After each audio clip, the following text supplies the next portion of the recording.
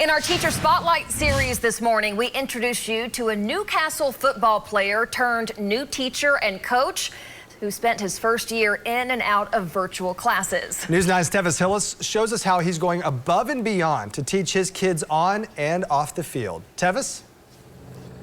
Lacey, Colby, good morning. Now for Newcastle teacher DJ Ward, he was welcomed into the district one of the toughest teaching seasons ever. Came into the classroom, most of my classes were cut in half because kids were getting quarantined.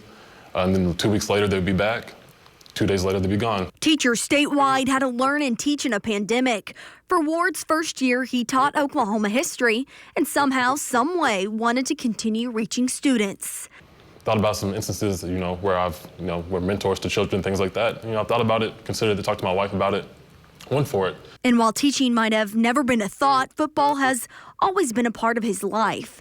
And Newcastle coach Jeff Brickman knew what Ward could bring to his high school team. Ward had his start in high school at Newcastle and took I-35 to the Palace on the Prairie.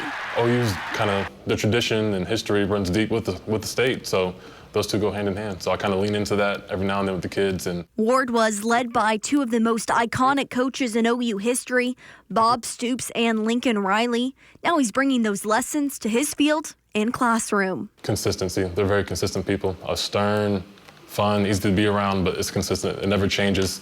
They always have the same message. When I was at the school at Newcastle, I was able to talk to some students, and just passing by, I'd say, I'm interviewing Mr. Ward, and they would all light up with that same excitement, going immediately to tell me how much he's already impacted their life.